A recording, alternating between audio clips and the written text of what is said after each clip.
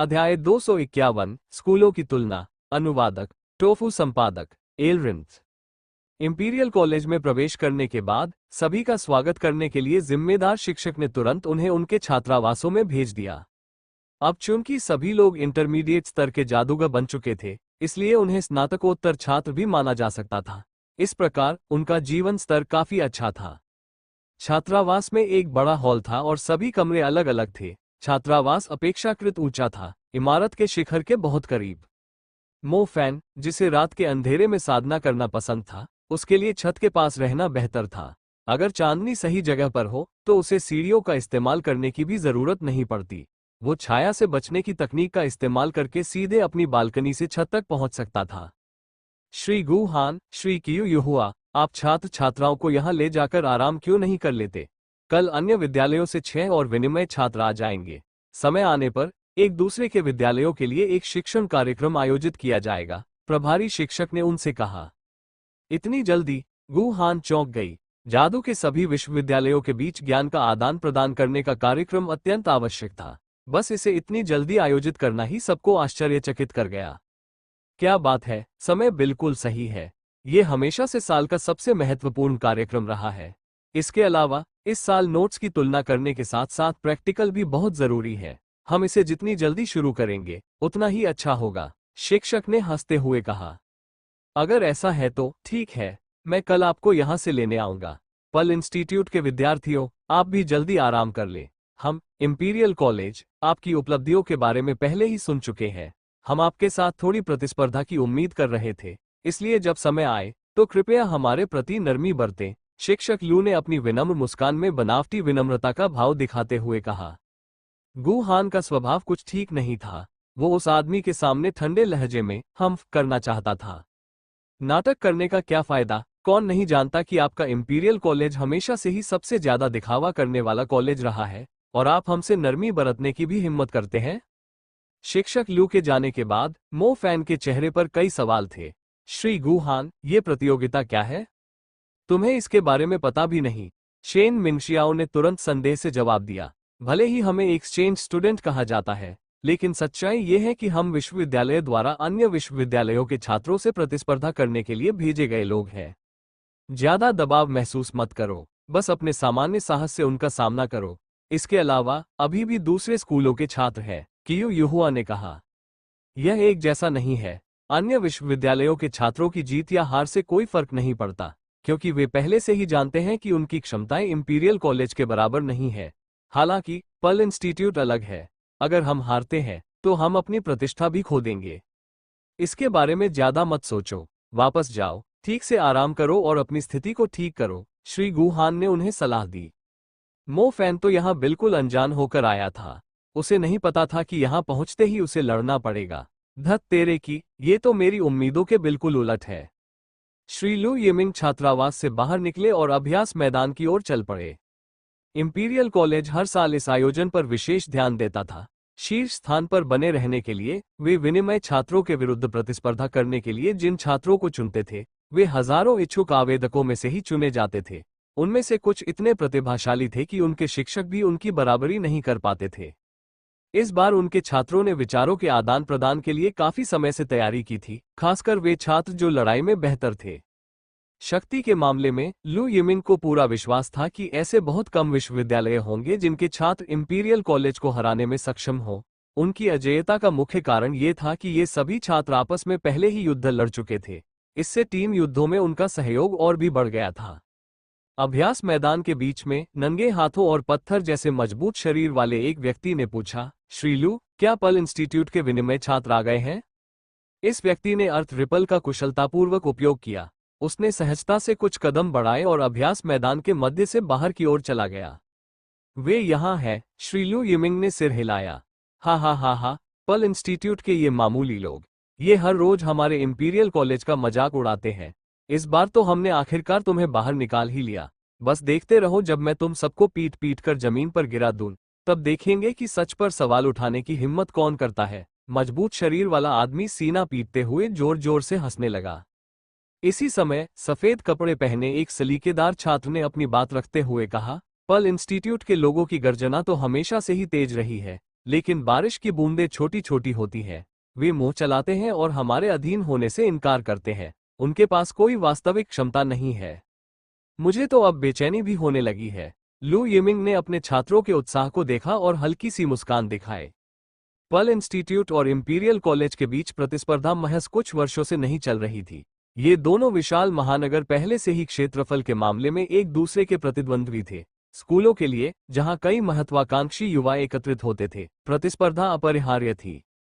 अतीत में imperial college को हमेशा अन्य विश्वविद्यालयों से ही प्रतिद्वंद्वी के रूप में मुकाबला करना पड़ता था। उनके लिए जीतना बहुत सामान्य बात थी। इस साल पर्ल इंस्टीट्यूट का कार्यक्रम था और यह निश्चित रूप से देखने लायक था। आखिरकार पर्ल इंस्टीट्यूट शंघाई का नंबर 1 विश्वविद्यालय था, जबकि इंपीरियल कॉलेज इंपीरियल सिटी का नंबर 1 विश्वविद्यालय था। देश के दो सबसे प्रसिद्ध जादू विश्वविद्यालयों के बीच मुकाबला, यही तो सचमुच रोमांचक था। ऐसा नहीं था कि छात्र अपनी प्रतिभा दिखाने के लिए बहुत अधीर थे, बल्कि स्कूल बोर्ड भी प्रतियोगिता शुरू करने के लिए बेताब था। वे सचमुच पर्ल इंस्टीट्यूट को हराना चाहते थे। इस तरह सर्वश्रेष्ठ संस्थान के रूप में उनकी स्थिति और भी मजबूत हो जाती। किसी भी तरह से परिसर को पूरी तरह से सजाए बिना और पर्ल इंस्टीट्यूट के छात्रों को आकर्षित करने में सफल होने पर जश्न न मनाना अभी भी संयमित व्यवहार माना जा सकता है। श्री लू, अगर हम इस बार पर्ल इंस्टीट्यूट के लोगों से छुटकारा पाकर अपने विश्वविद्यालय के लिए प्रतिष्ठा हासिल कर लेते हैं, तो क्या स्कूल हमें कुछ अतिरिक्त पुरस्कार देगा? जू डालोग ने पूछा। सफेद कपड़ों में हवा में तैरते छात्र लियाओ मिंगसुआन ने कहा, हमें इनाम मिले या न मिले, यह मुद्दा नहीं है। अभी मेरे हाथ बहुत खुजली कर रहे हैं। पर्ल इंस्टीट्यूट, मैं इसे कैसे कहूं, उन्हें अभी भी ठीक ठाक माना जा सकता है। तुम दोनों को जल्दबाजी नहीं करनी चाहिए। कहीं तुम अकेले ही हमारे स्कूल की प्रतिष्ठा को बर्बाद न कर दो, अभ्यास मैदान में मौजूद एक सम्मानित छात्र ने कहा। उसके बगल में एक भयंकर नीला भेड़िया खड़ा था। लू झेंगे, हमें कम मत समझो। मैं तुम्हारे वायलेंट मार्क वुल्फ को अकेले ही हरा सकता हूं। जू डालोग का गुस्सा तुरंत भड़क उठा। हे, वाकई कोई ऐसा है जो अकेले ही मेरे वायलेंट मार्क वुल्फ को हरा सकता है, लेकिन वो तुम नहीं हो। क्यों ना तुम जाकर कुछ और साल अभ्यास कर लो। सम्मानिंग स्टूडेंट लू झेंगे ने अपने बगल में बैठे भेड़िए के बड़े सिर पर थपथपाया। उसकी मुस्कान में उपहास भरा था। जू डालोव का चेहरा गुस्से से लाल हो गया और उसने सम्मानिंग एलिमेंट के छात्र की ओर इशारा करते हुए कहा, बस तुम इंतजार करो।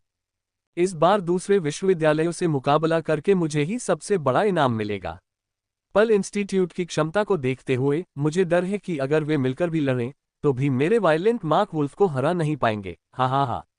लू झेंगे ने घमंडी हंसी हंसते हुए कहा। लू यिमिंग ने अपना सिर हिलाया। इंपीरियल कॉलेज के छात्र होने के नाते उनमें से अधिकांश बहुत ही अभिमानी थे। वो इसके बारे में कुछ नहीं कर सकता था। उनके पास वास्तव में बेहद प्रभावशाली क्षमताएं थीं। तुम्हारा कप्तान कहाँ है? लू यिमिंग ने पूछा। कैप्टन थक गई थी, इसलिए पहले आराम करने चली गई। श्री लू, क्यों न हम कुछ लोग कल लड़ाई देखने चलें? कैप्टन को परेशान न करें। हाँ, हम दोनों ही काफी होंगे। जैसे ही उन्होंने कप्तान का नाम लिया, उनमें से कुछ लोग प्रशंसा व्यक्त करने से खुद को रोक नहीं पाए। इस समूह की स्थिति बहुत सरल थी। जो सबसे ताकतवर होता था वही कप्तान बनता था।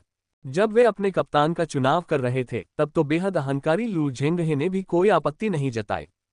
दूसरों के सामने लू झेंगे का वायलेंट मार्क वुल्फ एक खूंखार भेड़िया था। उसके सामने वो एक छोटे कुत्ते में बदल जाता था।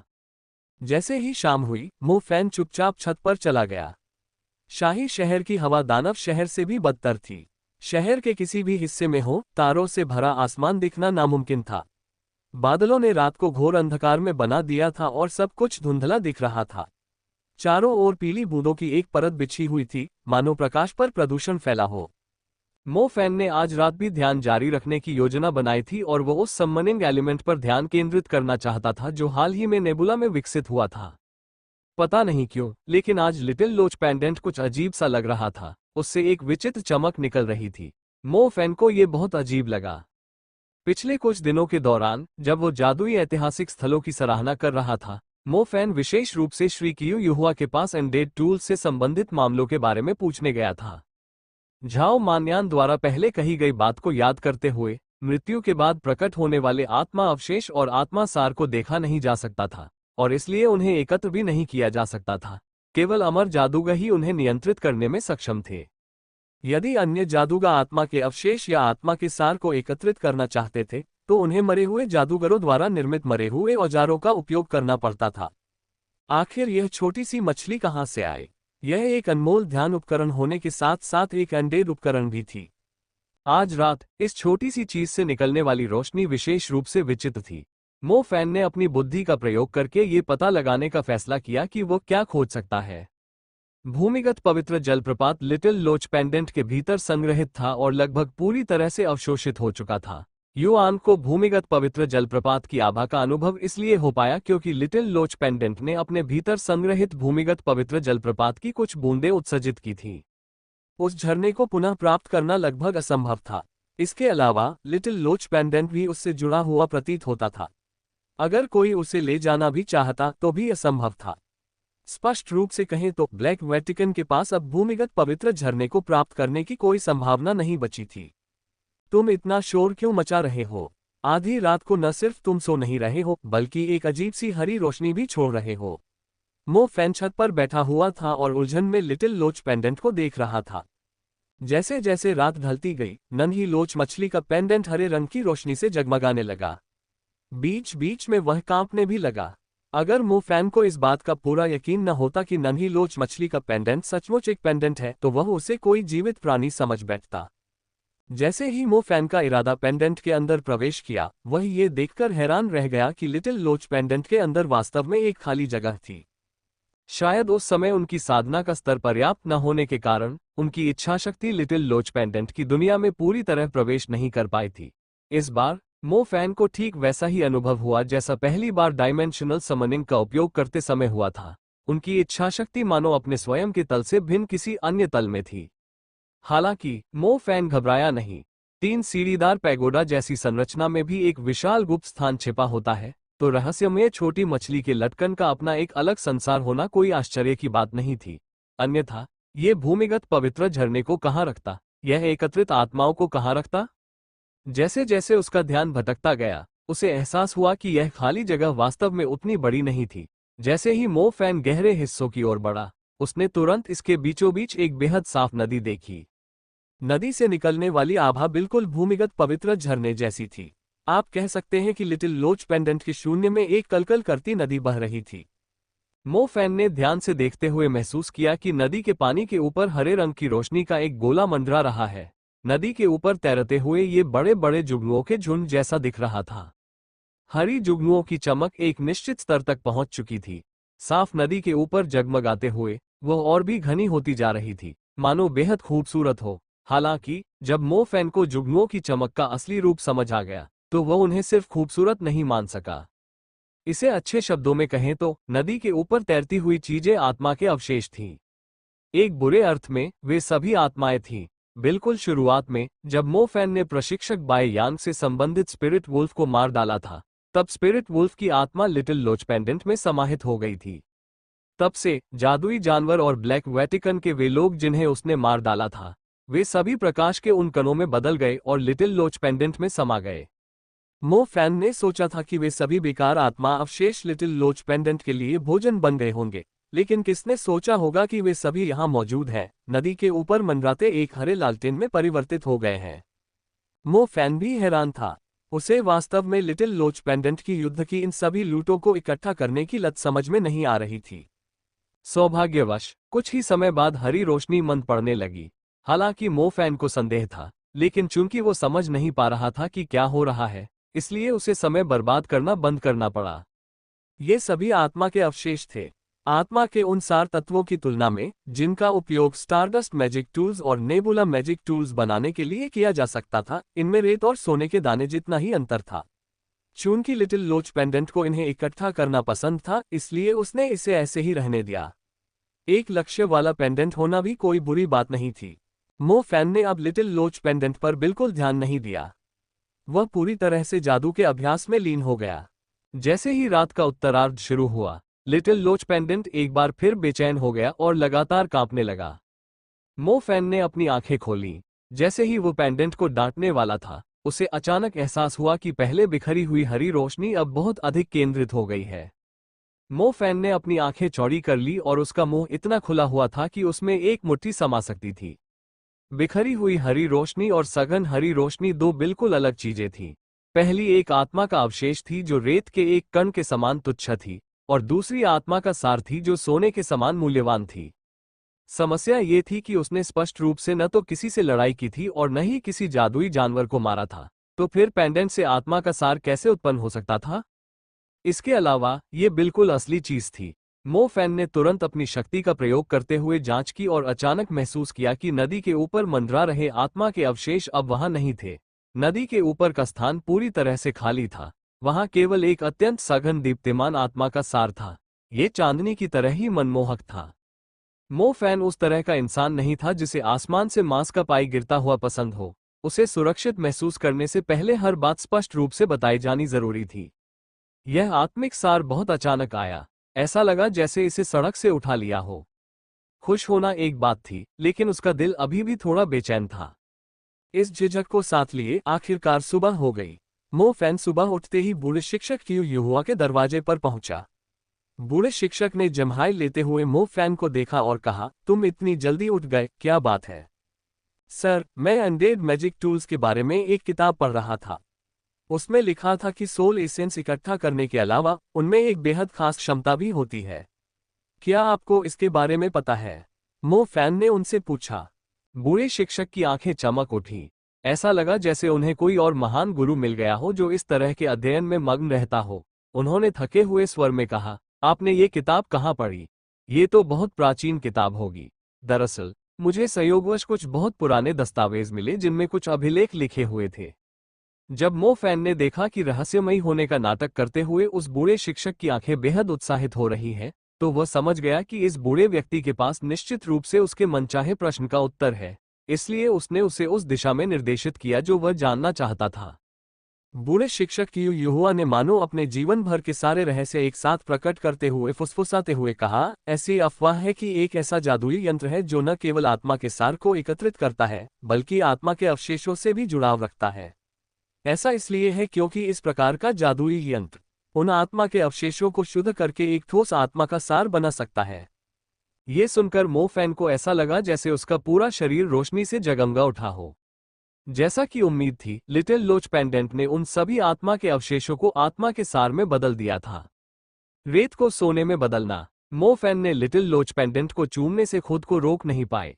एक पेंडेंट का मालिक होना और उसका इस मुकाम तक पहुंचना, यह वाकई बहुत अद्भुत था। यह असाधारण था।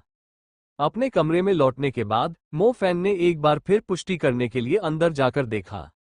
ये वास्तव में एक आत्मा का सार था, एक मिनियन स्तर का आत्मा का सार। मिनियन स्तर की आत्मा भी अपेक्षाकृत कीमती थी, क्योंकि सभी बुनियादी स्टारडस्ट मैजिक टूल्स के लिए उनकी आवश्यकता होती थी।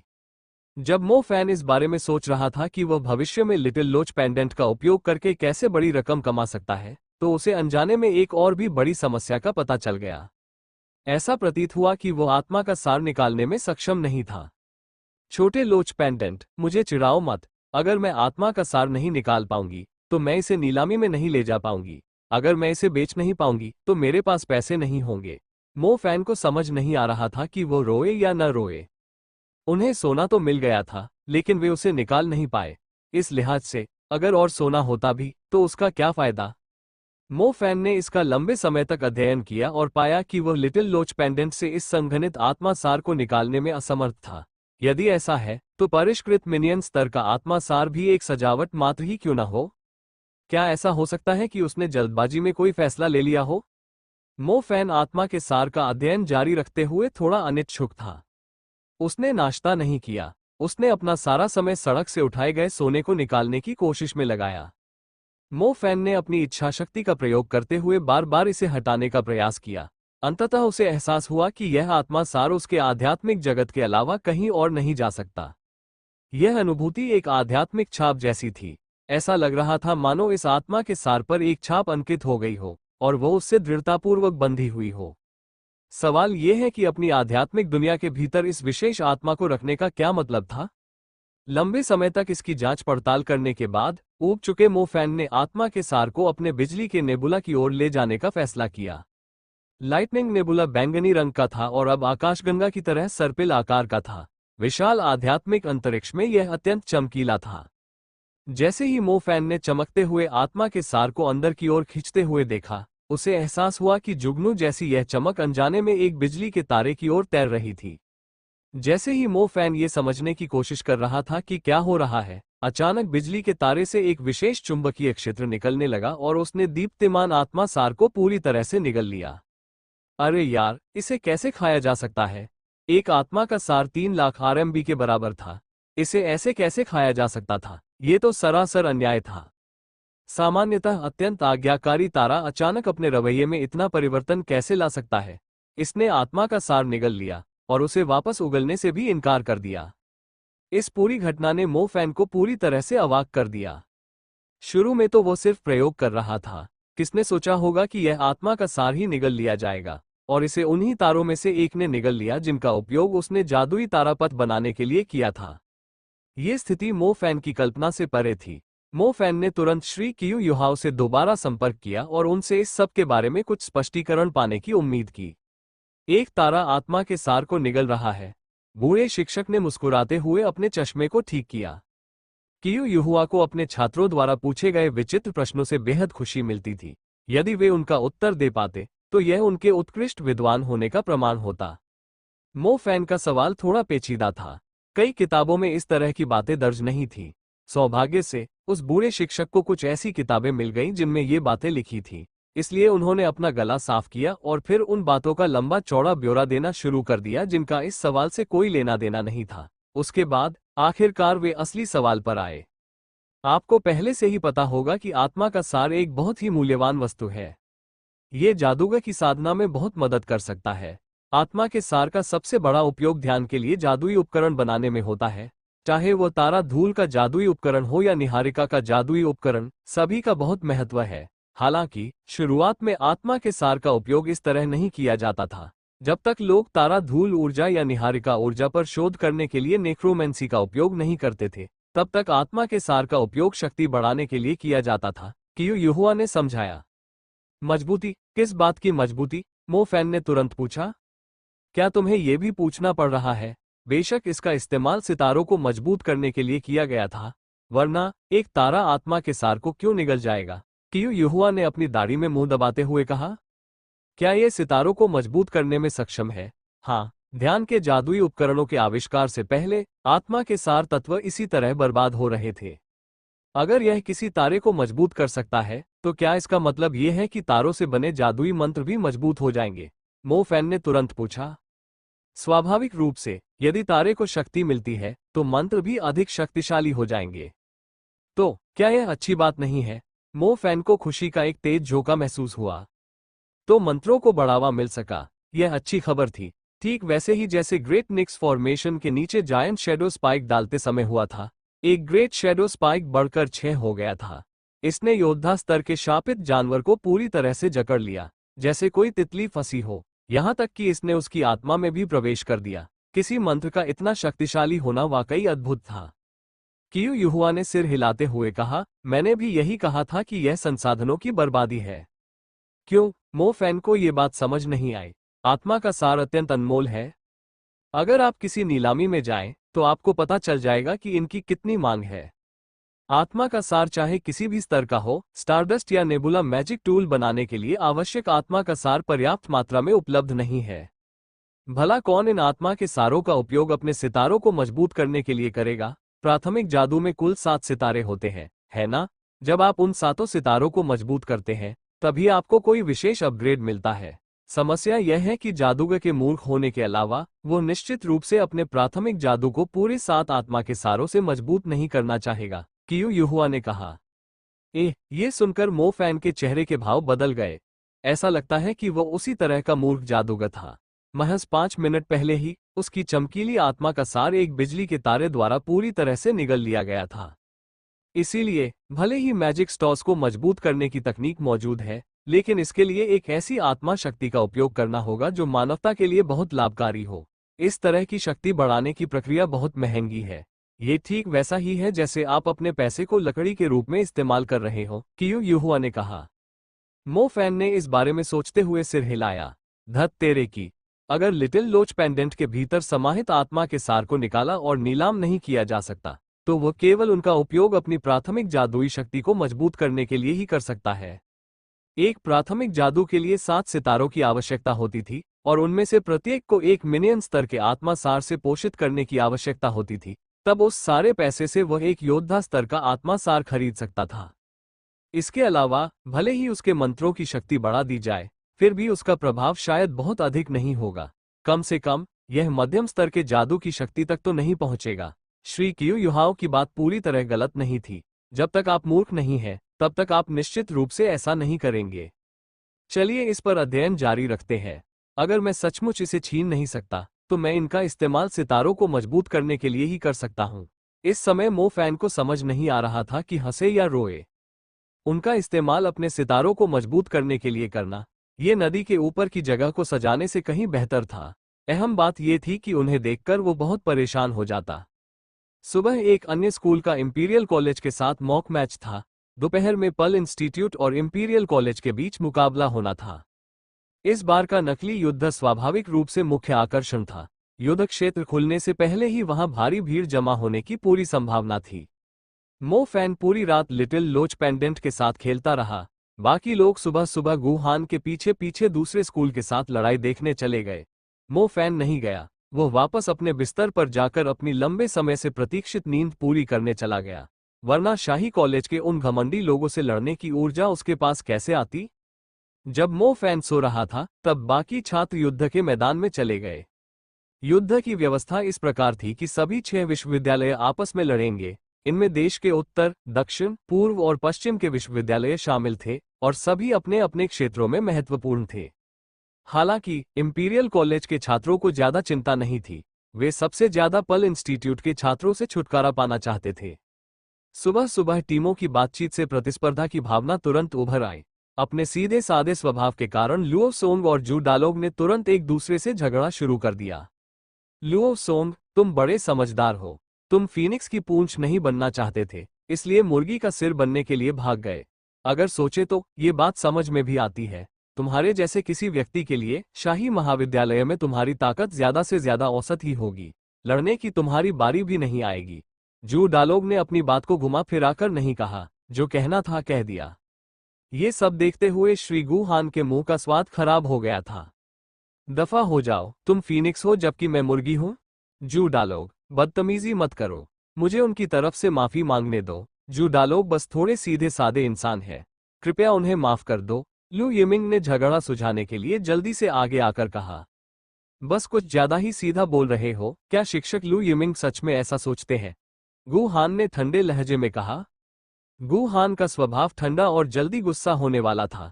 पर्ल इंस्टीट्यूट से स्नातक और वहां के वर्तमान शिक्षक होने के नाते उनके पास खुद को नीचा दिखाने का कोई कारण नहीं था, सिर्फ इसलिए कि दूसरा पक्ष इंपीरियल कॉलेज था।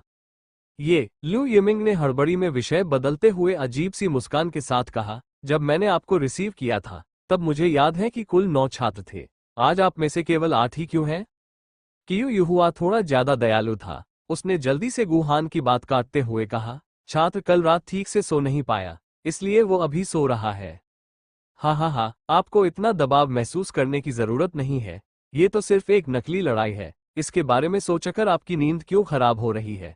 लू यिमिंग हंसने लगा। कियू युहाओ का चेहरा काला पड़ गया। कल जब उनका स्वागत किया जा रहा था, तब उन्हें लगा कि इस लू यिमिंग में कोई न कोई समस्या है। आज उनसे बातचीत करने के बाद उन्हें लगा कि इस व्यक्ति के मुंह से कभी कोई अच्छी बात नहीं निकलती। वो आदमी आए या ना आए, इससे कोई फर्क नहीं पड़ता।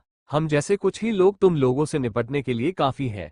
शेन मिंगशियाओ तुरंत खड़ा हो गया। उसकी आंखें किसी कीमती तलवार की तरह चमक रही थी, जैसे वो इंपीरियल कॉलेज के लोगों के समूह को घूर रहा हो। क्या सच में तुम्हें लगता है कि दिखावा करने से कुछ हासिल हो जाएगा? सुरुचिपूर्ण लियाओ मिंगसुआन ने ठंडी मुस्कान के साथ कहा। तुम किसके बारे में बात कर रहे हो? शेन मिंगशियाओ तुरंत गुस्से से भड़क उठी। ठीक है, आपस में जुबानी हमले करने का क्या फायदा? आज दोपहर अपनी ताकत का इस्तेमाल करके खुद को साबित करो। गु हान ने ठंडे लहजे में बीच में ही टोकते हुए कहा। हाँ, चलो अपनी ताकत से खुद को साबित करते हैं। लू यिमिंग ने अपने चेहरे पर बनावटी मुस्कान बनाए रखी, क्योंकि उसे इस बात की बिल्कुल परवाह नहीं थी कि छात्रों के बीच संबंध खराब हो गए हैं। मो फैन का क्या हुआ? वो आखिर कहाँ चला गया? वह जाग गया है। हालांकि उसने कहा कि वह किसी प्रेमिका से मिलने जा रहा है। वो दोपहर तक वापस आ जाएगा, झाओ मान्यान ने गंभीर चेहरे से कहा। मो फैन दोपहर तक सोता रहा। बाकी सब लोग जा चुके थे, जिससे वह वहां अकेला रह गया था। उसने दोपहर का खाना खुद ही बनाया। इंपीरियल कॉलेज काफी विशाल था। दोनों विश्वविद्यालयों के बीच सबसे स्पष्ट अंतर आसमान छूते पेड़, हर जगह दिखाई देने वाले जंगलों से होकर गुजरने वाले संकरे रास्ते और इमारतों की लगभग प्राचीन शैली थी। यह आधुनिक युग के अनुसार विकसित शंघाई से बिल्कुल विपरीत था। ये बात भी समझ में आती थी। इंपीरियल कॉलेज में कई प्रतिभाशाली लोग थे, यहाँ तक कि गंदी नालियां भी विद्वतापूर्ण आभा से भरी रहती थीं, यहाँ तक कि उनमें से कुछ नाम भी मशहूर हो जाते थे। इसमें कोई आश्चर्य नहीं कि यहाँ के छात्र बेहद घमंडी थे। इस जगह पर, जहाँ विशेषज्ञ बादलों की तरह थे, एक ऐसा स्थान जो किसी महान नायक से मिली प्रसिद्धि को दर्शाता था, एक विनम्र व्यक्ति को आसानी से दिखावा करने वाला समझा जा सकता था। बेहतर यही होगा कि आप थोड़ा आत्मविश्वास रखें और वो गरिमा प्रदर्शित करें जो आपके पास होनी चाहिए। उसे पता नहीं था कि यह क्यों युहुआ से मिली शिक्षा का असर था या उसका अपना मूड, लेकिन मो फैन का मन स्कूल के आसपास घूमने का कर रहा था। उसने राहत की सांस ली। खैर, वह रास्ता भटक गया था। कुछ मददगार वरिष्ठ बहनों की सहायता से मो फैन आखिरकार युद्ध के मैदान तक पहुंचने में कामयाब हो गया। युद्ध का मैदान विशाल और बेहद भव्य था, और उस स्थान के बाहर मौजूद विशाल सफेद स्तंभों को देखकर उसे प्राचीन रोम के महान कोलोसियम की याद आ गई। युद्ध क्षेत्र की शैली उससे बिल्कुल अलग थी जिससे वह परिचित था। इसके अलावा, यह अपने गोलाकार आकार के कारण रोम के विशालकाय कोलिजियम से मिलती जुलती प्रतीत होती थी। ऐसा लगता था कि इसे जानबूझकर मधुमक्खी के छत्ते की तरह बनाया गया था, ताकि युद्ध क्षेत्र और भी अधिक आकर्षक लगे। युद्ध क्षेत्र में प्रवेश करने के बाद मो फैन को एहसास हुआ कि वह बिल्कुल सही समय पर आया है। पर्ल इंस्टीट्यूट और इंपीरियल कॉलेज के बीच मुकाबले का समय लगभग आ चुका था। उसे पता नहीं क्यों, लेकिन जैसे ही वो अपनी टीम के पास पहुंचा, मो फैन को बारूद की गंध महसूस हुई। उसे लगा कि इस समस्या का समाधान केवल पीके से ही हो सकता है। क्या हुआ? मो फैन ने झाओ मान्यान से पूछा। और क्या हो सकता था? उन्हें लड़ाई के लिए उकसाया गया था। लुओ सोंग नाम का वो लड़का इंपीरियल कॉलेज के बच्चों के समूह से बात कर रहा था, और उसी दौरान उसकी जू डालोग नाम के लड़के से झड़प हो गई। उनकी झड़प तुरंत ही दूसरे समूहों में फैल गई, झाओ मान्यान ने उसे बताया। तो यह अच्छी बात है, मुझे इस तरह की क्रूरता पसंद है। अगर वे विनम्र और सौम्य होते, तो हमें खुलकर लड़ने में बहुत शर्म आती, मो फैन ने शैतानी लहजे में कहा। मैं भी, झाओ मान्यान ने भी इससे इनकार नहीं किया। पर्ल इंस्टीट्यूट और इंपीरियल कॉलेज के बीच का मामला सभी को समझ में आ रहा था। यहां आए सभी लोग बेहद उत्साहित थे। दोनों पक्षों को अब एक दूसरे के साथ सौहार्दपूर्ण व्यवहार करने की कोई आवश्यकता नहीं थी। उन्हें तुरंत आपस में भिड़ने दो, तभी पता चलेगा कि क्या पर्ल इंस्टीट्यूट वास्तव में देश का नंबर 1 कहलाने की क्षमता रखता है, या क्या इंपीरियल कॉलेज पर्ल को हराने की अपनी उम्मीदों पर खरा उतरता है। हम किस तरह की लड़ाई लड़ रहे हैं? मो फैन ने अपनी कोहनी से मुनुजियाओ को धक्का दिया, जिसने पीले रंग की रोएदार हंस की जैकेट पहनी हुई थी और उसकी भौहें उठी हुई थीं। अगर कोई और होता, तो मुनुजियाओ तुरंत पवन चक्र या बवंडर का इस्तेमाल करके उसे उड़ा देती। बेदाग मुनुजियाओ को यह बिल्कुल पसंद नहीं था कि कोई लड़का उसे यूं ही छू ले।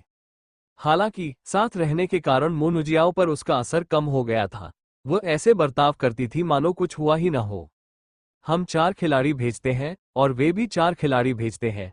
टीम की लड़ाई। बिना पलक झपकाए, मुनुजियाओ मो फैन से कुछ दूरी पर हट गई। मुझे ये पसंद है, मो फैन ने शरारती अंदाज में शरारती चेहरा बनाते हुए अपने हाथों को रगड़ा और कहा। फिलहाल, सभी के पास मौजूद मंत्रों की संख्या बहुत प्रभावशाली नहीं थी। अगर उन्हें अकेले ही लड़ना पड़े, तो ये काफी हद तक उनकी अपनी मारक क्षमता पर निर्भर करेगा। मूल रूप से, सबसे अधिक व्यवहारिक शक्ति वाला व्यक्ति ही युद्ध जीतेगा, जो काफी नीरस होगा।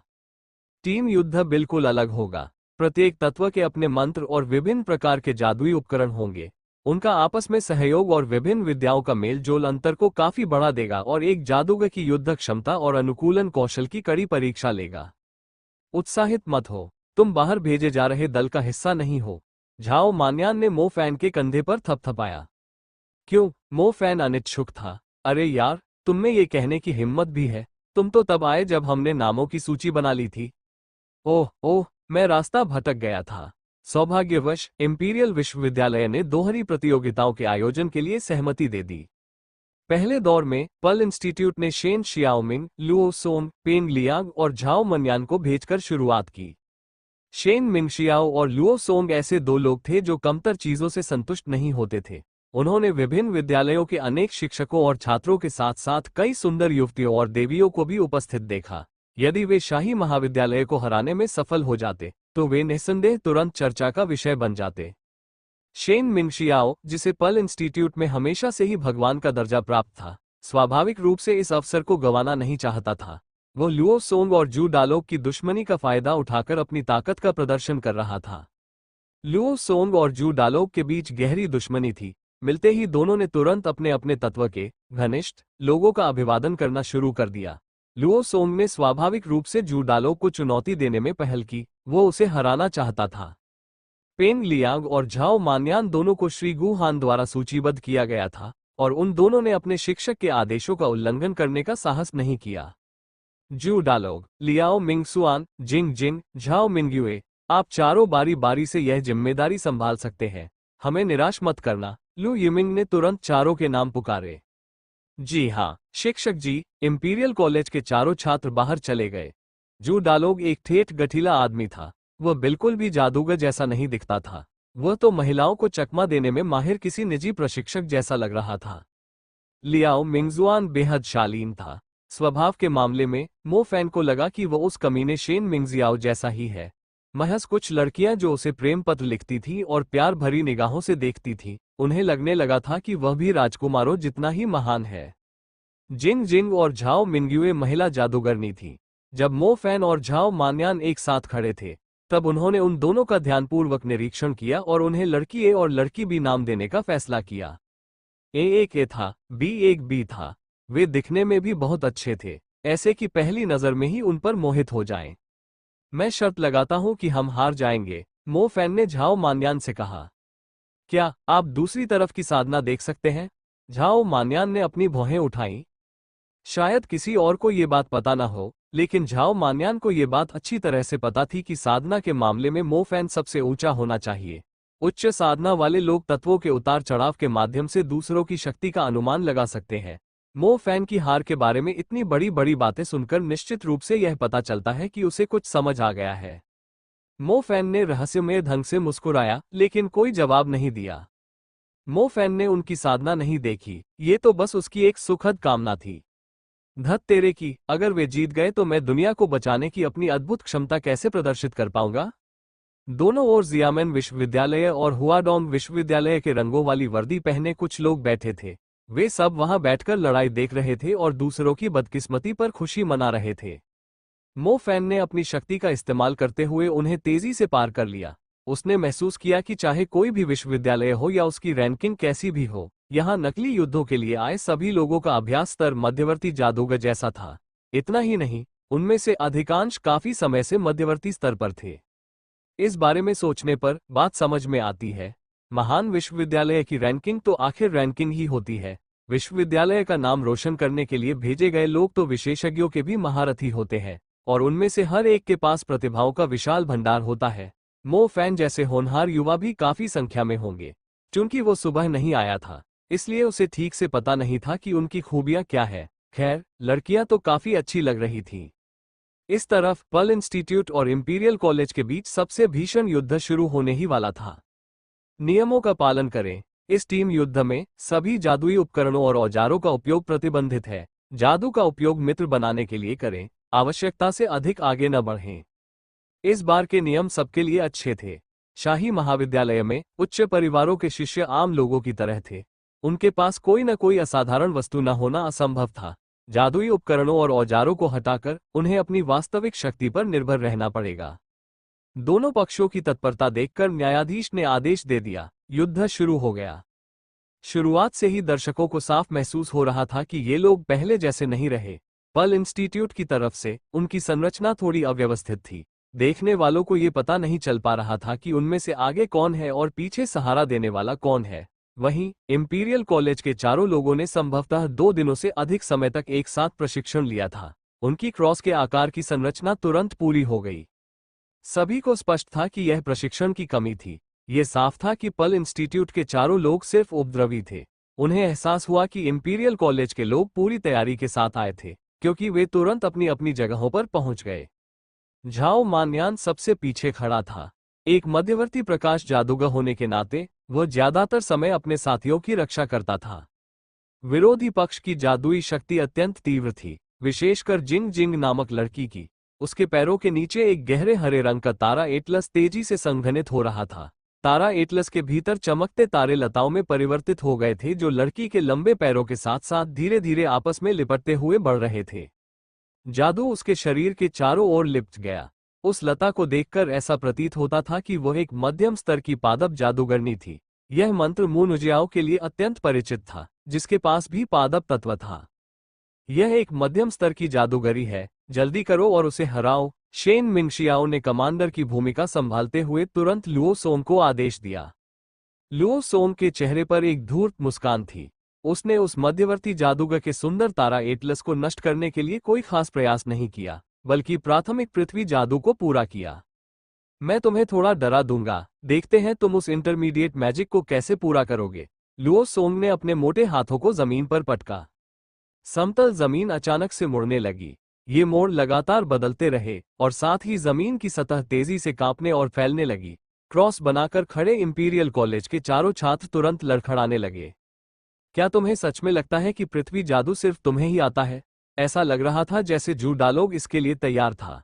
जैसे ही पृथ्वी की लहरें तेज होने लगी, जू डालोग ने अपना पैर जोर से पटका। उस जोरदार धमक के साथ ही सभी ने देखा कि अचानक भूरी धरती पर एक लहर फैल गई, जिसके केंद्र में शू था। लहर के फैलने से उसके आसपास की जमीन कांपना शांत हो गया। जो धरती दानव अब हंगामा खड़ा करने वाला था, वो अब जल्दबाजी करने की हिम्मत नहीं कर रहा था। जिंग जिंग, जो अपनी मध्यवर्ती जादुई शक्ति का अभ्यास कर रही थी, अभी भी अपेक्षाकृत स्थिर थी। हालांकि अभी अभी वो गिरने ही वाली थी, लेकिन उसकी जादुई तारापथ और तारा एटलस बाधित नहीं हुई। जैसे ही हरी लताएं उसके सीने पर ऊपर की ओर लिपटने लगी, मध्यवर्ती पादप जादू कुन के वन का प्रयोग पूरा हो गया।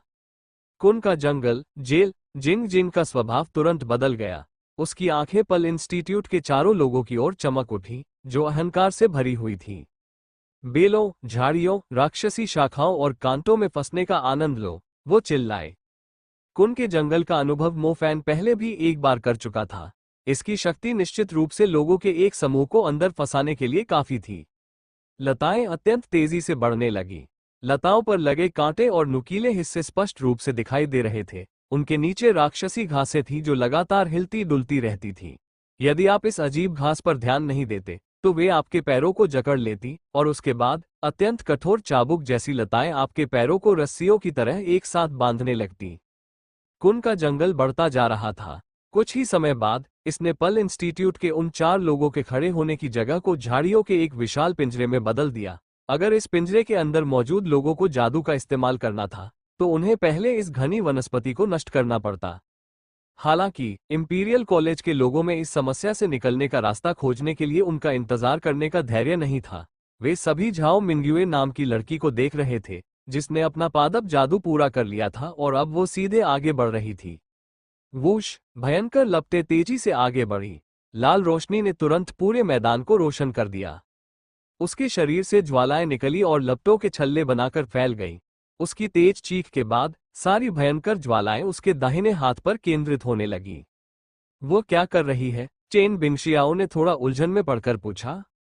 ये स्पष्ट है कि कुन का जंगल अभी भी सक्रिय है, अगर वे इस स्थिति में अग्नि मुट्ठी का इस्तेमाल करते हैं। जैसे ही लुओ सोंग अपने विचार व्यक्त करने ही वाले थे, उन्होंने देखा कि उमस भरी गर्मी में झाओ मिंग्युए के बाल खड़े हो गए। जो मुक्का पहले कोमल और रेशमी लग रहा था, वह आग की लपटों के नीचे एक अत्यंत भयंकर प्रहार में बदल गया। फायरी फिस्ट के चारों ओर एक घेरा बन गया। इसे जितनी दूर फेंका जाता था, विस्फोटक क्षेत्र उतना ही बड़ा होता जाता था। जब भीषण अग्निकांड ने कुन के जंगल को अपनी चपेट में लिया, तो जंगल के उस हिस्से में उगने वाले पौधे जलने लगे।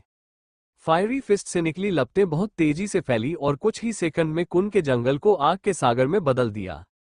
पहले शेन मिंगशियाओ, लुओ सोंग, पेंग लियांग और झाओ मान्यान केवल कुन के जंगल तक ही सीमित थे। इसका उनकी युद्ध क्षमता पर कोई खास असर नहीं पड़ा था, लेकिन भयंकर ज्वालाओं के जंगल पर हमला करने से वे अब एक ऐसे जंगल में फंस गए थे जहां हर तरफ आग ही आग थी। चारों ओर आग ही आग थी। ऊपर से कुछ पौधे अभी भी जले नहीं थे। अगर फंसे हुए लोग आग के इस जंगल से निकलना चाहते तो ये थोड़ा मुश्किल होता। वे वाकई बहुत क्रूर है, चेन बिंगशियाओ को आखिरकार उनकी योजना समझ आ गई। अग्नि तत्व में पादप तत्व को नियंत्रित करने की अपार क्षमता थी। जैसे ही ज्वाला पौधों को छूती, वे जलकर राख हो जाते। इंपीरियल कॉलेज के छात्रों ने इसी तरह के नियंत्रण सिद्धांत का उपयोग करके ज्वालाओं का एक जंगल बनाया था। इसका प्रभाव किसी छात्र पर सीधे अग्नि मुक्का मारने से कहीं अधिक प्रभावी था। लाल रंग के घने जंगल ने शेन मिंगशियाओ और उसके लोगों को पहले ही अपनी चपेट में ले लिया था। किसी को नहीं पता था कि उसके अंदर किस तरह की स्थिति उत्पन्न हो रही थी। आग की लपटें बहुत तेजी से फैली। काली राख ने बढ़ती हुई लताओं का आकार तो बरकरार रखा, लेकिन हल्की गर्म हवा के झोंके से वे तुरंत उखड़कर चूर चूर हो गईं। विशाल जंगल जलकर राख हो गया था। अग्नि मुट्ठी की लपटें धीरे धीरे शांत होकर बुझ गईं। लोग इस बारे में चर्चा कर रहे थे कि अचानक सबको एहसास हुआ कि इस अफरा तफरी के बीच कुछ मंडरा रहा है। जब उन्होंने ध्यान से देखा तो ये स्पष्ट हो गया कि वो वस्तु वास्तव में एक पत्थर का खोल थी। ये पत्थर का खोल एक पूरे क्षेत्र को हठपूर्वक ढके हुए था। यह इंटरमीडिएट अर्थ मैजिक रॉक ब्लॉक है, चेन बिंगशियाओ ने खुशी से कहा। ऐसा लग रहा था कि वे चारों पूरी तरह से अप्रस्तुत नहीं थे। लुओ सोंग के पास मध्यम पृथ्वी स्तर की क्षमता थी। जब चट्टानी कवच का प्रभाव अंततः कम हुआ और वह धरती में समा गया, तो लुओ सोंग ने उसे सहारा दे रहे अपने हाथ नीचे कर लिए। उसके मोटे गालों पर थोड़ी थकान झलक रही थी। उसने रॉक ब्लॉक की रक्षा प्रणाली का उपयोग करके फायरी फ्लेम्स के हमले को पूरी तरह से रोक दिया था। कुन की जेल में लगी आग भी स्वाभाविक रूप से रुक गई थी। इस सारी ऊर्जा का प्रभाव उस पर पड़ना स्वाभाविक था। तो जब तुम हर दिन दिखावा करते हो, तब भी तुम्हारे पास कुछ काबिलियत तो है। शेन मिंगजियाओ ने लुओ सोंग के संरक्षण में अपना मध्यवर्ती जादू का प्रशिक्षण भी पूरा कर लिया था। शेन मिंगशियाओ ने अपनी पवन जादुई शक्ति का प्रयोग किया। जली हुई राख में एक प्रचंड हवा चलने लगी। ये हवा अखाड़े में बहते हुए राख के कणों को उड़ा ले गई। हवा तेज होती जा रही थी। हालांकि हवा दिखाई नहीं दे रही थी, लेकिन उसमें उड़ रही धूल की वजह से उसकी आकृति साफ दिख रही थी। यह एक भयंकर घूमता हुआ बवंडर था। बवंडर कम से कम 2 मीटर चौड़ा था और शेन मिंगशियाओ के नियंत्रण वाले शाही महाविद्यालय के लोगों की ओर बढ़ने लगा। यह अपनी उग्रता के साथ आगे बढ़ा और अपने क्षेत्र में सामने आने वाले सभी लोगों को टुकड़े टुकड़े करने में सक्षम था। मैं इसका ख्याल रखूंगा। दूसरी ओर सफेद वस्त्र पहने लियाओ मिंगसुआन ने अपने होंठ सिकोड़ लिए। उसके शरीर पर मौजूद वस्त्र तैरने लगे, साथ ही उसके पैरों से हवा का एक झोंका भी निकला। वे दोनों ही हवा के उस्ताद थे। लियाओ मिंगसुआन शेन मिंगसियाओ के साथ हवाओं की लड़ाई लड़ना चाहता था। पवन डिस्क और बवंडर तेजी से उसके स्टार एटलस से निकले। शेन मिंगजियाओ का बवंडर अभी अखाड़े का आधा हिस्सा भी पार नहीं कर पाया था कि लियाओ मिंगजुआन के हाथ से भी वैसा ही एक बवंडर निकला। 2 बवंडर उनके चारों ओर घूम रहे थे और अचानक विपरीत दिशाओं में तेजी से घूमने लगे। जब दोनों अंततः टकराए तो पूरा मैदान अचानक शांत हो गया। हवा का हल्का सा भी आभास नहीं हो रहा था। अगले ही पल जहां 2 बवंडर टकराए थे, वहां एक नई आवाज सुनाई दी। ऐसा लगा मानो दोनों बवंडर आपस में जुड़ गए हो और उनकी जगह एक नया चक्रवात आ गया हो। जहां वे टकराए थे, उसे केंद्र मानकर यह चक्रवात तेजी से चारों दिशाओं में फैलने लगा। तेज हवा पूरी तरह से बेरोक टोक थी। जब वह जोर से गुजरी तो उसने दोनों ओर के लोगों को चौंका दिया। सभी हवा में उड़ गए। सौभाग्यवश युद्ध क्षेत्र के किनारों पर एक नर्म जल अवरोध था जो उनकी रक्षा कर रहा था, अन्यथा दोनों पक्षों को उड़ाने वाले चक्रवात से उनकी कई हड्डियां टूट जाती। ये लोग हद से ज्यादा मूर्ख हैं। इन्हें हवा की विशेषताओं की कोई समझ नहीं है। अखाड़े के नीचे लू झेंगहे ने लियाओ मिंगजुआन की हवा को तिरस्कार भरी नजरों से देखते हुए आह भरी। लू यिमिंग ने भी अपनी भौहें ऊपर उठाईं। इस तरह की स्थिति जिसमें दोनों पक्षों को हार का सामना करना पड़े, अक्सर नहीं होनी चाहिए। अगर उन्होंने अपनी ताकत पर भरोसा किया होता तो वे इस बार जीत हासिल कर लेते। उठने के बाद झेंग मिंग्युए ने लियाओ मिंगशुआन को घूरते हुए कहा, मेरी बात मानो। लियाओ मिंगसुआन खड़े होते समय अपनी कमर पकड़े हुए थे। उनके चेहरे पर उदासी छाई हुई थी। सौभाग्य से सभी मध्यवर्ती स्तर पर थे। इस प्रकार का हमला भारी नहीं था और इतना गंभीर भी नहीं था कि उन्हें लड़ाई छोड़नी पड़े। मो फैन, मो नुजियाओ, सोंग शिया और झेंग बिंगशियाओ, तुम चारों तैयारी करो। गु हान ने अखाड़े में चल रही लड़ाई को देखते हुए चारों छात्रों के नाम लिए। अखाड़े में लड़ाई काफी देर से चल रही थी। उन चारों ने मो फैन की उम्मीदों को गलत साबित नहीं किया। ये दौर तो निश्चित रूप से हाथ से निकल गया था। शक्ति के मामले में दोनों पक्ष बराबर थे। हालांकि वे सभी अपनी अपनी जादुई शक्तियों का उपयोग करने में बहुत कुशल थे।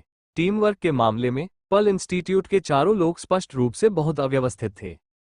इस समस्या को गु हान ने बहुत पहले ही पहचान लिया था। इसलिए जब उसने मो फैन समेत 4 और लोगों के नाम लिए तो गु हान थोड़ा और चिंतित हो गया। उसे डर था कि अगले दौर में भी वे इसी समस्या के कारण हार जाएंगे। श्री गु हान, चिंता मत कीजिए, हम उन्हें अवश्य हरा देंगे, सोंग शिया ने ईमानदारी से कहा। ठीक है, अपना ख्याल रखना। आखिर तुम कर क्या रहे हो? सोल शैडो ने उस लड़की को क्यों नहीं रोक पाई जो आग का इस्तेमाल कर सकती थी? शेन मिंगशियाओ ने अनिच्छा से पेंग लियांग से कहा। पेंग लियांग हक्का बक्का रह गई। जब वो अखाड़े से नीचे उतरी तो ऐसा लग रहा था मानो वो शेन मिंगशियाओ को कोई तवज्जो नहीं देना चाहती थी, और उसने पलटकर कहा, क्या हमारी हार का कारण मेरी गलती थी? शेन मिंगशियाओ का चेहरा तुरंत उतर गया और वो हताशा में समूह के पास लौट आया। पेंग लियांग भी ठंडी मुस्कान लिए हुए था। वो शेन मिंगशियाओ के सामने दिखावा नहीं करना चाहता था। वैसे भी उसे शुरू से ही नहीं लगता था कि शेन मिंगशियाओ में कोई खास काबिलियत है। लुओ सोम की हालत तो और भी खराब थी। जू डालोग ने बाद में कुछ ताने भरे शब्द कहे, जिससे वो लगभग अखाड़े में वापस जाकर फिर से लड़ाई शुरू करने को बेताब हो गया। बस इससे वो बहुत ज्यादा क्रोधित हो गया था। ठीक है, जाओ और एक तरफ जाकर आराम करो, गु हान ने उन कुछ लोगों को सलाह दी जो इस समय अपने आंतरिक संघर्ष से जूझ रहे थे। श्री गु हान, मुझे अगले दौर में जाने दीजिए। मेरे पास अभी भी कुछ शक्ति बची है जिसे मैंने अभी तक उजागर नहीं किया है। शेन मिंगशियाओ ने तुरंत श्री गु हान से अनुरोध किया। शेन मिंगशियाओ इससे खुश नहीं थे। एक कारण ये था कि पेंग लियांग छाया तत्व का एक निकम्मा सदस्य था। वह झाओ मान्यान की निष्क्रिय युद्ध शैली से भी नाखुश थे। आखिर इन दोनों को एक्सचेंज स्टूडेंट के तौर पर कैसे चुना गया? व्यवहारिक युद्ध में तो ये बिल्कुल बेकार थे, जैसे 2 बनाम 4 की लड़ाई हो। अगर ये हारते नहीं तो बात अजीब होती। अगले दौर के लोगों के नाम पक्के हो गए हैं। ये हैं मो फैन, मो नुजियाओ, सोम शिया और झेंग बिंगशियाओ, गु हान ने बताया। आप मुझे ही अगले दौर में भेज दीजिए, उस दिखावटी मोफान की जगह।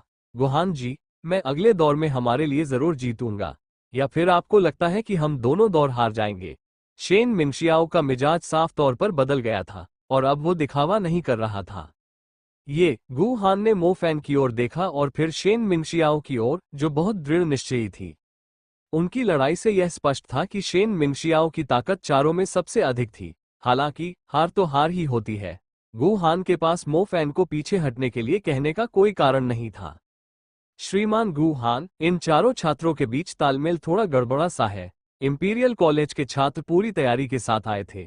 हमारे और उनके छात्रों में कोई खास अंतर नहीं है, लेकिन तालमेल और टीमवर्क के मामले में वे हमारे छात्रों से कहीं बेहतर है।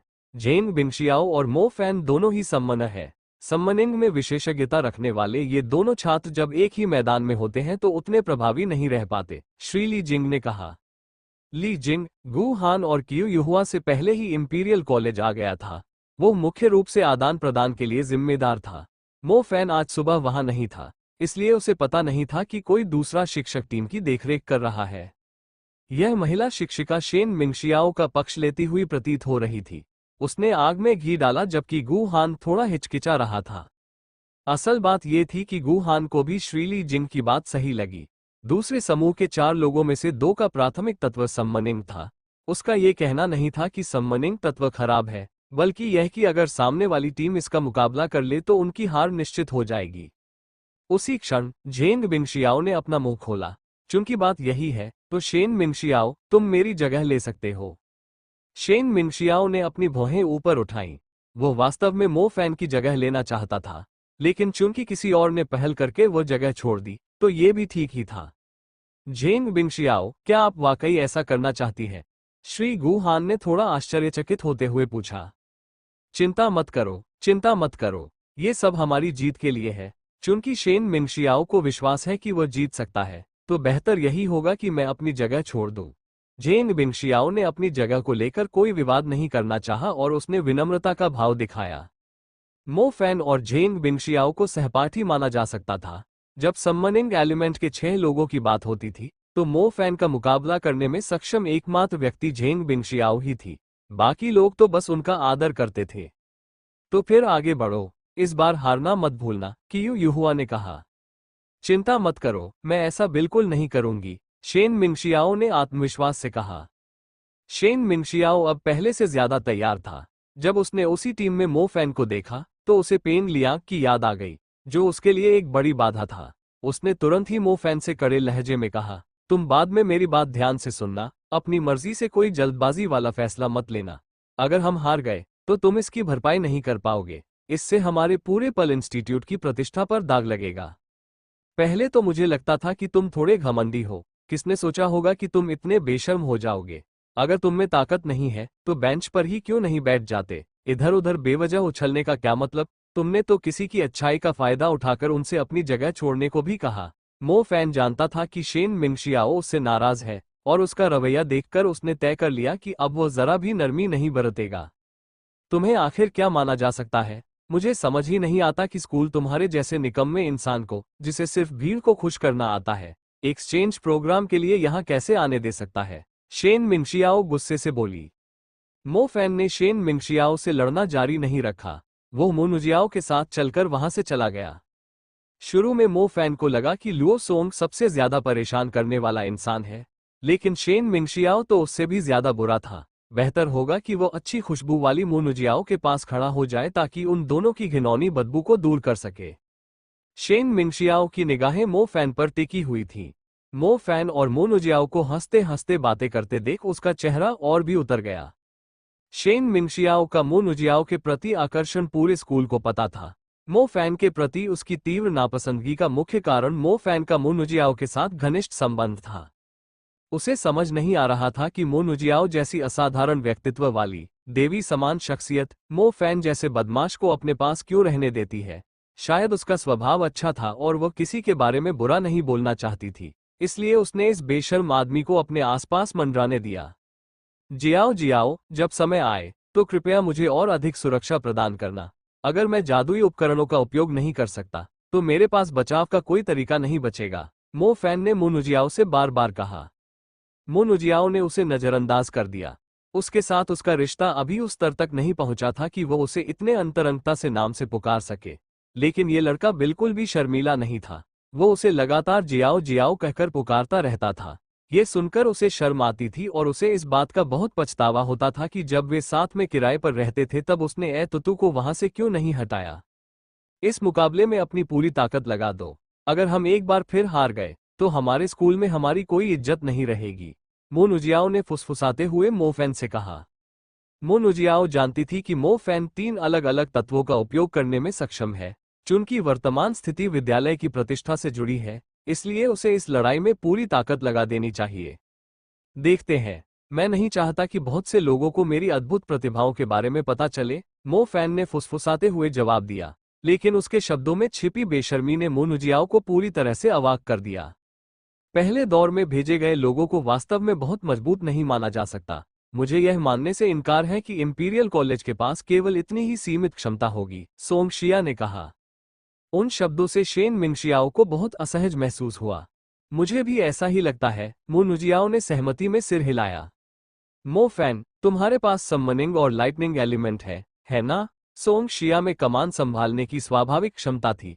शेन मिंगशियाओ की मौजूदगी के बावजूद उसने समूह के नेता की भूमिका निभाते हुए पूछा, तुम्हारे सम्मन किए गए जानवर की शक्ति कैसी है?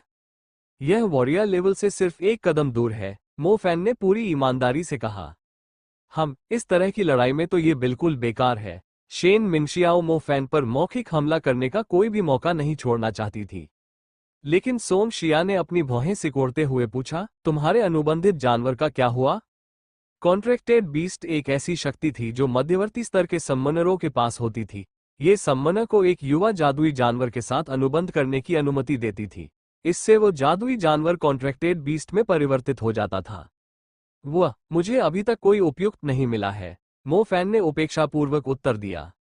बाकी सबने अपने माथे पर शिकन डाल ली। इसका मतलब ये था कि नौसिखिया प्रतियोगिता के बाद से मो फैन के सम्मनिंग एलिमेंट में एक कदम भी प्रगति नहीं हुई थी। इसका मतलब ये था कि वो केवल एक ही मध्यवर्ती मौलिक जादू पर निर्भर रह सकता था। शेन मिंगशियाओ को बहुत सी शिकायतें थीं। उसे समझ नहीं आ रहा था कि एक ऐसा निकम्मा आदमी उसका शैडो बीस्ट कैसे चुरा सकता है या उसे एक्सचेंज स्टूडेंट के रूप में कैसे चुना गया। जब सोंगशिया मो फैन से पूछताछ कर रही थी तो वह थोड़ा असहज महसूस करने से बच नहीं सका। शक्ति के मामले में वो निश्चित रूप से इन लोगों से नहीं हारेगा। समस्या ये थी कि वह अपनी शक्ति को छिपाने की कोशिश कर रहा था और केवल समनिंग और लाइटनिंग एलिमेंट ही प्रदर्शित कर सकता था। ऐसे में उसे थोड़ी मुश्किल होगी। आखिरकार उसने समनिंग एलिमेंट में कोई खास प्रगति नहीं की थी। इसे भूल जाओ, एक एक कदम करके आगे बढ़ो, उसकी बिजली की शक्ति शायद हर समस्या का समाधान कर सकती है। लू झेंगहे, मिंग कोंग, शियाओ जिन्हे और शियाओ फैंग, आप चारों जा सकते हैं। अगर पल इंस्टीट्यूट के पास इतनी कम क्षमता है तो आप चारों ही उनसे निपटने के लिए काफी होंगे, लू यिमिंग ने मुस्कुराते हुए कहा। पहले दौर में भेजी गई टीम ताकत के मामले में औसत दर्जे की थी।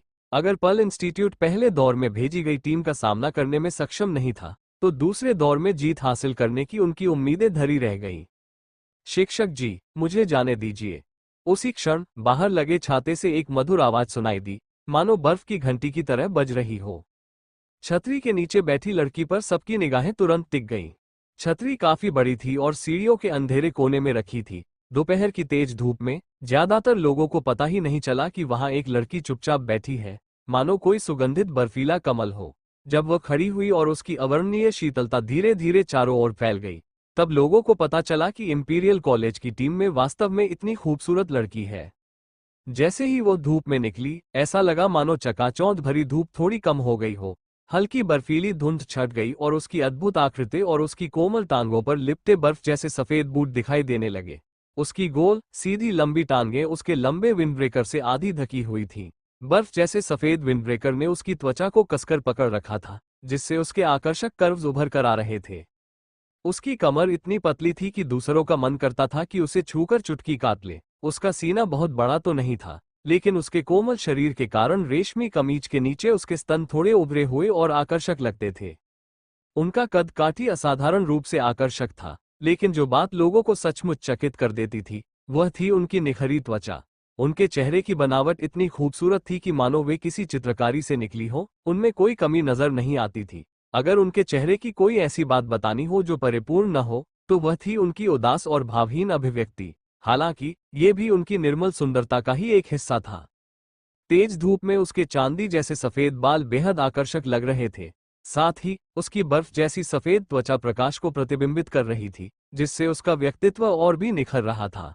लोगों को ये तय करने में मुश्किल हो रही थी कि वह चंचल है या एक स्वतंत्र सुंदरी। जब वो लड़की बाहर निकली तो उसने न केवल इंपीरियल कॉलेज के सभी लोगों का पूरा ध्यान आकर्षित किया, बल्कि अन्य विश्वविद्यालयों के छात्रों और शिक्षकों का भी ध्यान अपनी ओर खींचा।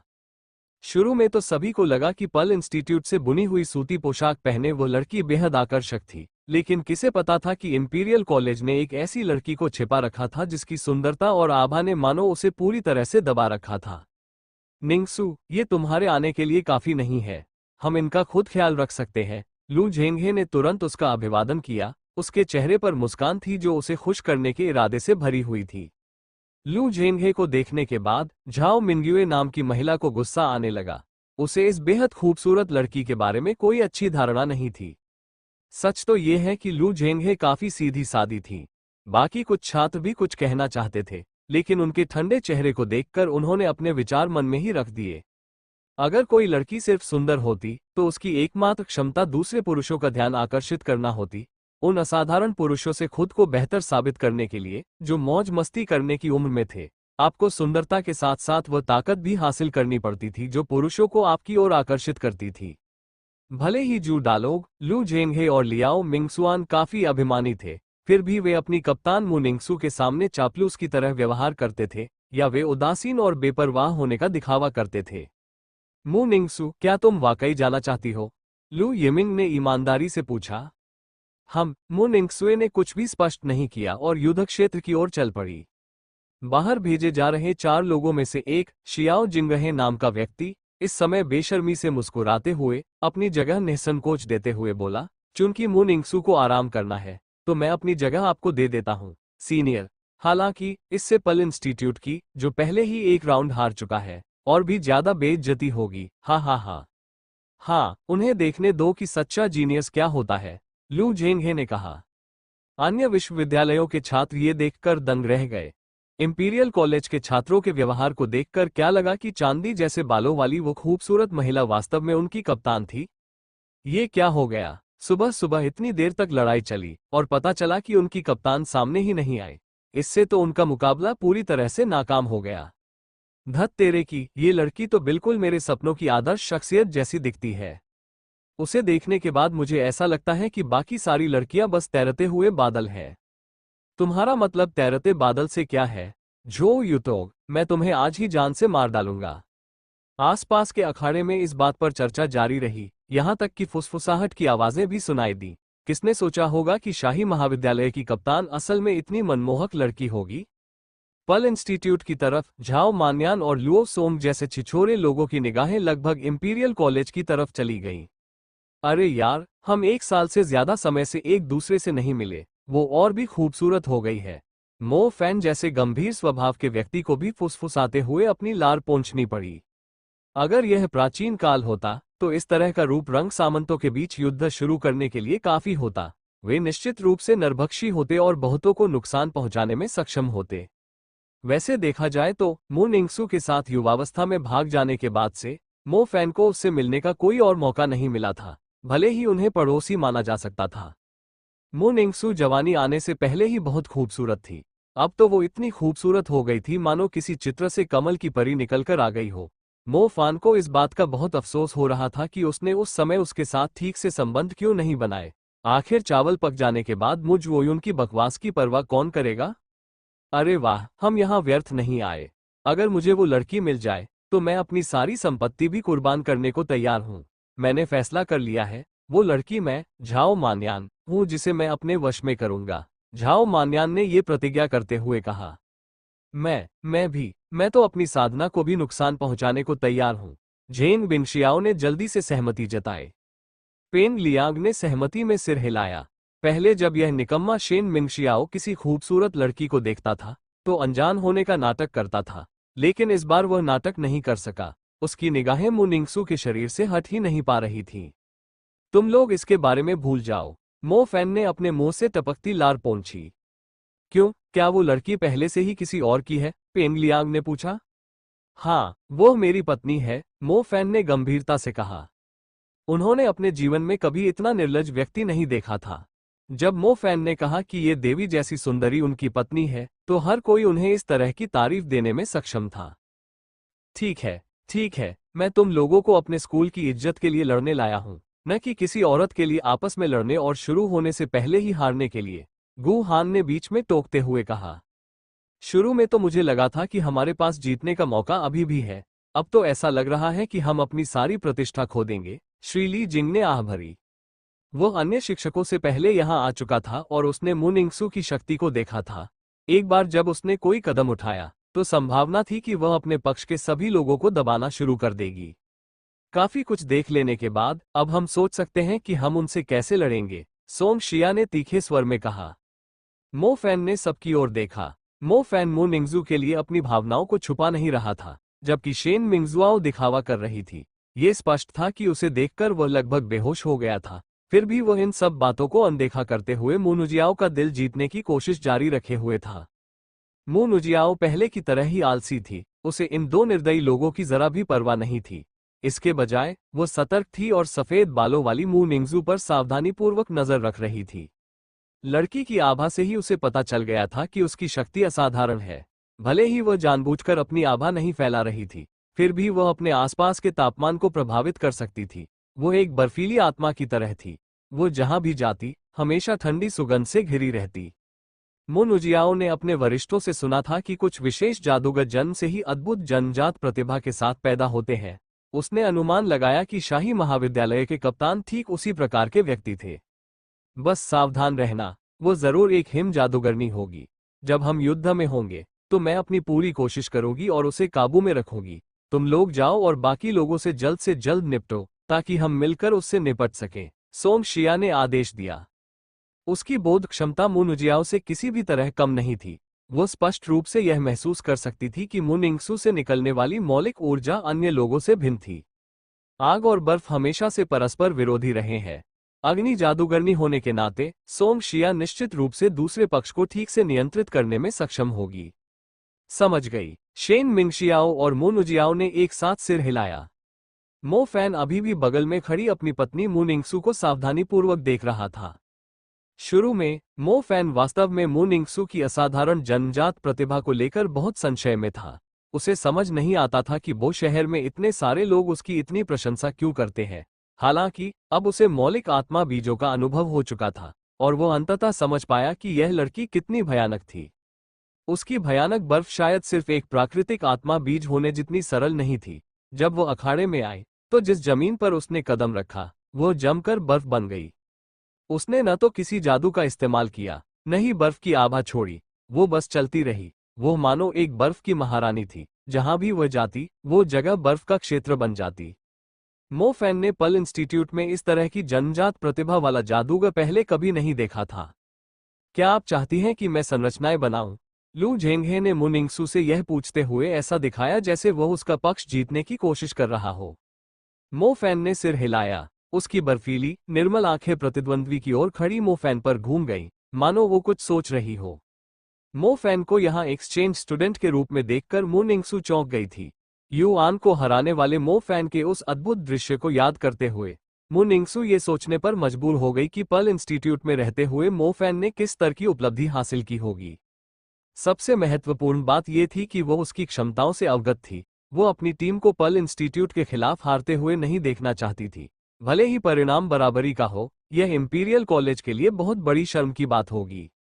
बर्फ फैलाओ। मुनिंगसू थोड़ा पीछे हट गई। उसके सफेद हाथों से एक बर्फीली चमक नीचे फिसल रही थी। उसने अपने होठों से कोमल स्वर में फूंक मारी जो अनगिनत लोगों को उत्तेजित कर सकती थी। पाला तेजी से उड़ा और चमकता हुआ पाउडर पूरे मैदान में फैलने लगा।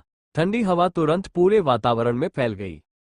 पहले जमीन पर हल्की सी बर्फ जमी हुई थी और वो बर्फीली मलमल जैसी दिख रही थी, लेकिन मुनिंगसू द्वारा बर्फ फैलाने की तकनीक का इस्तेमाल करने के बाद वो बर्फ एक जीवित पौधे में बदल गई, जैसे बोस्टन आइवी, और वह घनी रूप से चारों ओर फैलने लगी।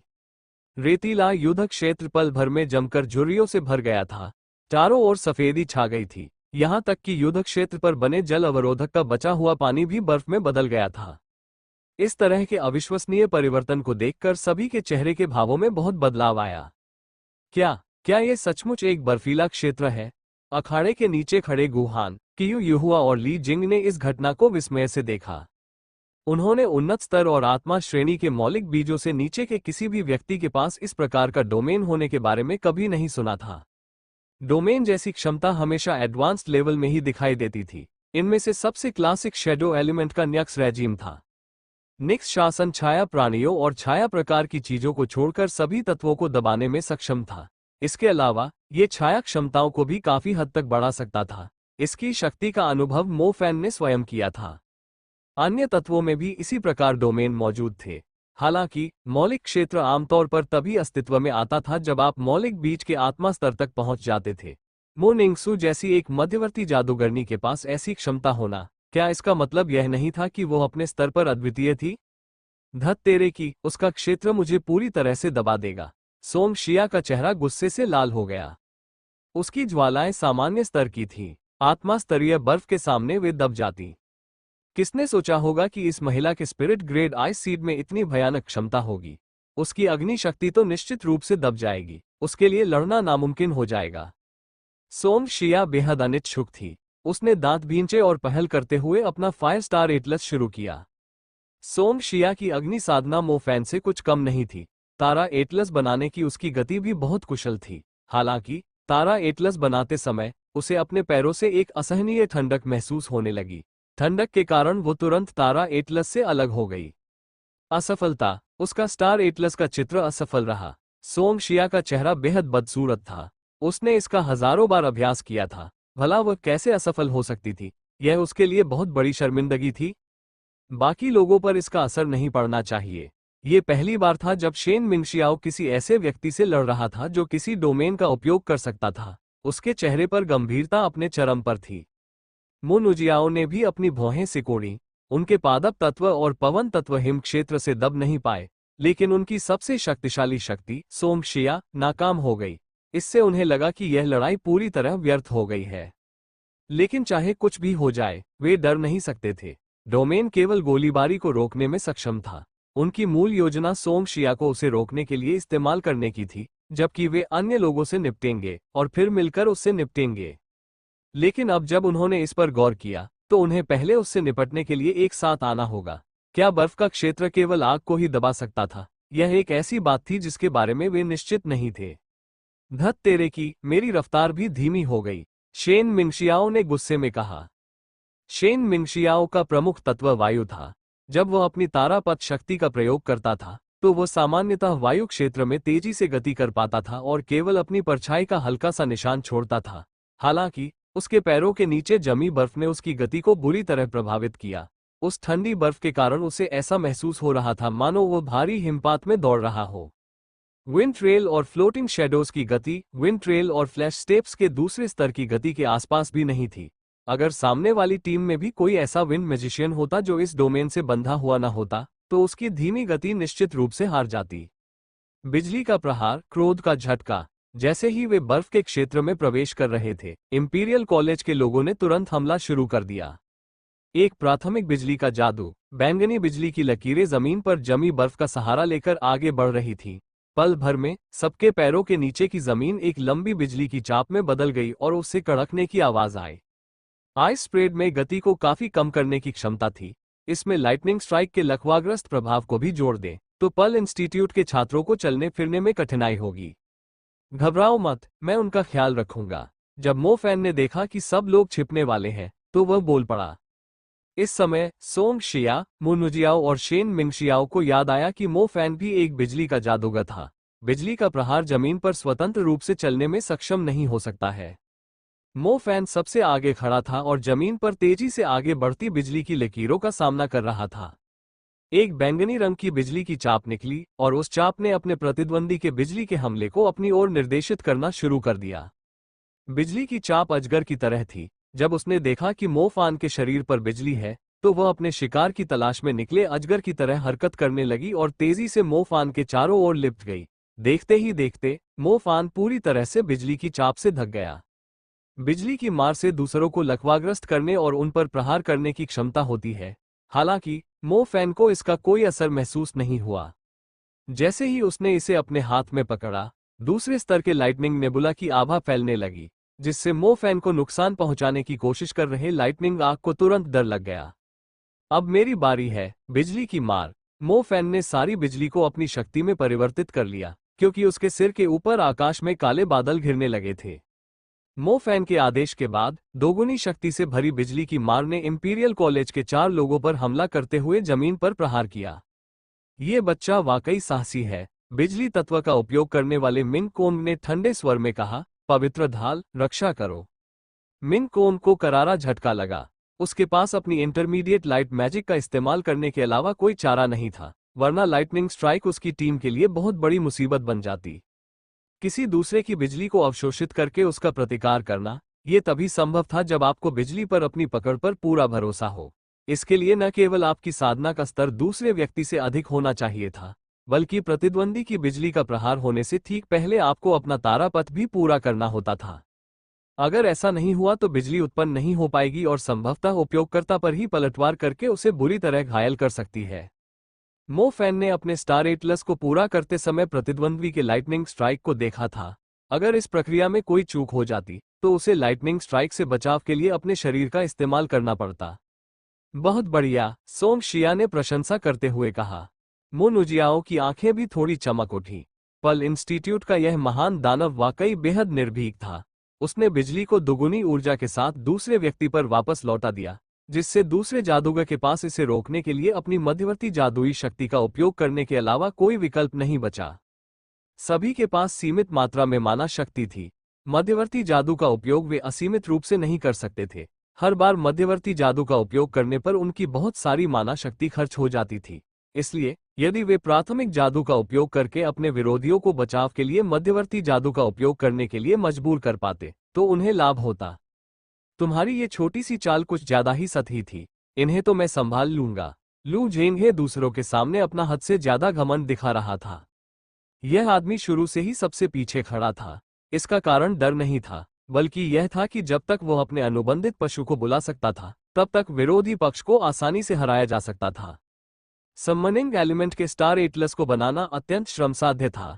इसके अलावा यह इंटरमीडिएट मैजिक के कई बार उपयोग के बराबर था। समनिंग एलिमेंट के इंटरमीडिएट मैजिक को सक्रिय करने का समय अन्य एलिमेंट्स की तुलना में 2 या 3 गुना अधिक था।